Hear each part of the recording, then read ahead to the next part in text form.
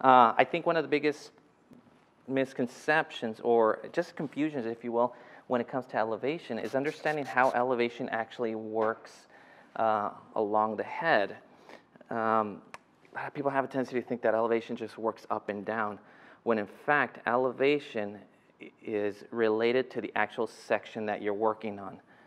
Yeah, so 0 degrees is one of the things that I think confuses a lot of people, and especially in graduations, it's one of the things that causes a lot of problems here. So if we look at my section that I'm working on, 90 degrees we know is straight off the head, right? We know that 0 degrees is always a right angle to 90. So 0 degrees is really here, not here. This is a really important principle that we need to understand when it comes to graduation.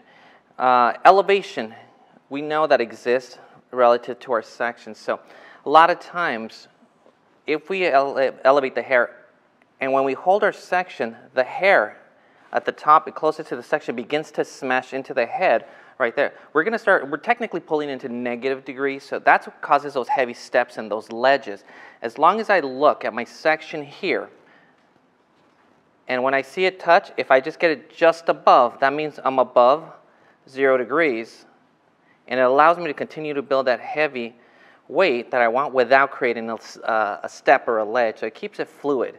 So that's the biggest thing I look for once I start entering the round of the head. Okay. Now, one of the questions I get asked a lot is about the way I'm holding my scissors here right now. And this for me is, it allows me to really control my graduations. A couple of years ago I was having some back issues, and I really couldn't work proper palm to palm because of my back. So all I did was turn it over, and that allowed me to kind of work a lot more straight with my shoulders, elbows down, and I just felt a lot more comfortable that way. So I'm a firm believer that the more comfortable we are, the more control we're going to have over what we're doing. So I just work as straight up as I can, and that allows me to have a better perception of where I'm controlling my techniques and my shapes and whatnot. So I'm entering my last section here now, okay, and once again making sure I'm staying above 0 degrees of my section in there. And so I always work one section past center both ways to ensure that clean merging of techniques here. I'm more concerned about what's happening below the crown area versus what's up here, because that's going to be another technique. So I just want to make sure that my graduation is what's getting built up properly here. So we've worked this whole right side, and we can start to see that graduation that started to get built up. Once we come in through our refining, we'll sharpen out our outline. So just going to come through really quick and give a real quick cross check, making sure everything is sitting nice and fluid. Now when I cross check, I have to make sure not only am I crossing my original sections, but I have to check it at the same angle and elevation that it got cut in. Otherwise I'll see something else. Everything seems to look right where I want it. Anything doesn't, I dust it. And it's sitting right there, showing me exactly where my outline will be. All right, guys, so went through and finished the right side of my graduation. I'm going to come through this side and repeat my technique. So sectioned off the same way I did previously, top of the parietal ridge, through to the crown area and into the right mastoid.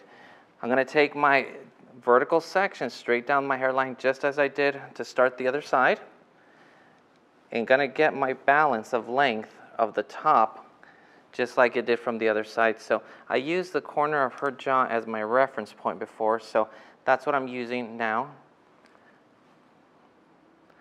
as my reference on the left side right there. Perfect. So once again, working palm to palm, thumb pointing the way I'm working, I'm now going to point the tips of my fingers down to the bottom of my section, setting in that graduated cutting angle, cutting line to help me really start to dictate that technique.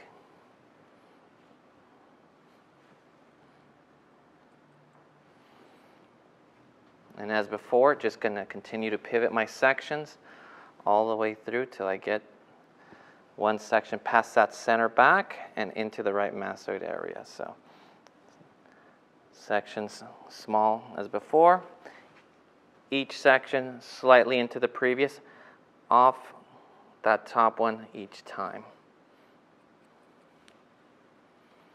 So a lot of times we have a tendency to overfight hair a little bit, and I think a lot can be alleviated if we actually let the comb do all the work in through here. You know, I think a lot of times when we just kind of struggle with hair a bit, doesn't allow us to really focus on the technical side. So as I come through, I literally just put my comb in and I let the comb do everything and let it get into my angle there. Once I have that, I just put my hand in position and check off what I need to. Continue to build through my pivoting. Always coming off of that center or that top part of my section. So I always kind of look at the top part of my section kind of like a little nail that I stuck there and doesn't move from here. So I don't want to pull this from anywhere. This is my pivoting point. As I work through and work down my section, that's when I begin to start pulling it into the previous section. This allows me to keep my length and weight behind the mastoid where I need it and want it to sit, and it allows me to tuck in as I work down into the nape.